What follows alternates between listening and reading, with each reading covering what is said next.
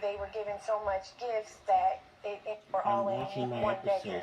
And it just started from there. We didn't have room. Yeah, so it wasn't a good situation. Right. I got it. Okay. Well, whatever other reason, it wasn't a good situation. $393 in rent. That's what they owe you so far. What about the phone bill? Well, ma'am, the phone bill's in my name, and Adam, her boyfriend, went to Oklahoma in January, and she asked if she could call him and accept his collect calls, and I said that was okay as long as she paid the phone bill. Her total on the phone bill charges was $362.65. I called Mrs. Diaz on the 17th of March to remind her that the phone bill was due on the 19th. She said that she would bring the money to me on the 19th, and on the 19th she never brought me the money.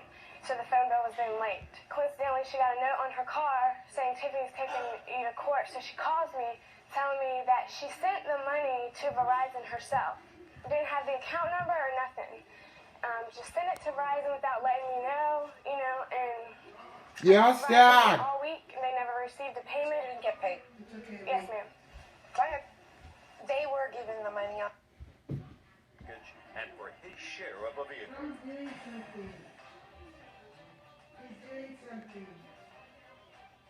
This is case number 420 on the calendar in the matter of Tumber versus Tanko.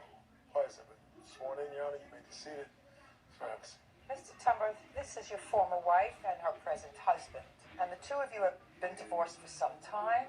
You have a 17-year-old son. I assume that is this young man over here. Is that right? According to the complaint that I've read, recently, after your divorce and after your former wife was remarried, she ran into some financial difficulty and called you and asked you for a loan. You obliged, according to you, advanced her some money, I think $750.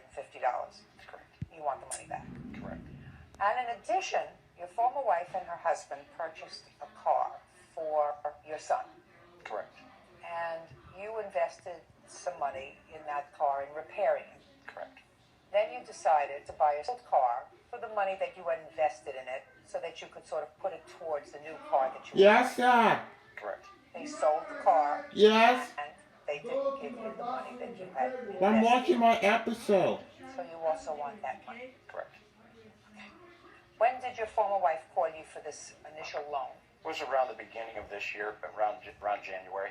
What happened? You ran into some 2004. financial difficulty? The financial difficulty wasn't about me necessarily.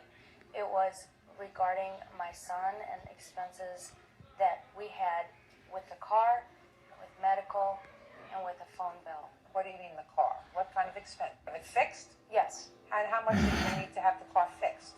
there were different parts that we needed to buy. My husband did the repairs. So you spent some of the money that he gave you to fix the car. Correct. How much?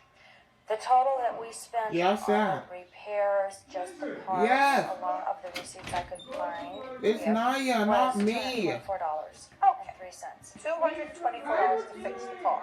for the parts. Fine. I don't care what your husband's labor was. That's not important to me. What else did you need money for? My son had a cell bill. Who bought him a cell phone? I did. So why was it your former husband's It responsibility? wasn't, except for my son went over the minutes, and he did this more than one occasion. Did your former wife tell you, Mrs. Satango, tell you that this money she was asking you for was for your son? No, Your Honor. What did she tell you? It was for mortgages on the home that she was in arrears of. Are suing their former friend.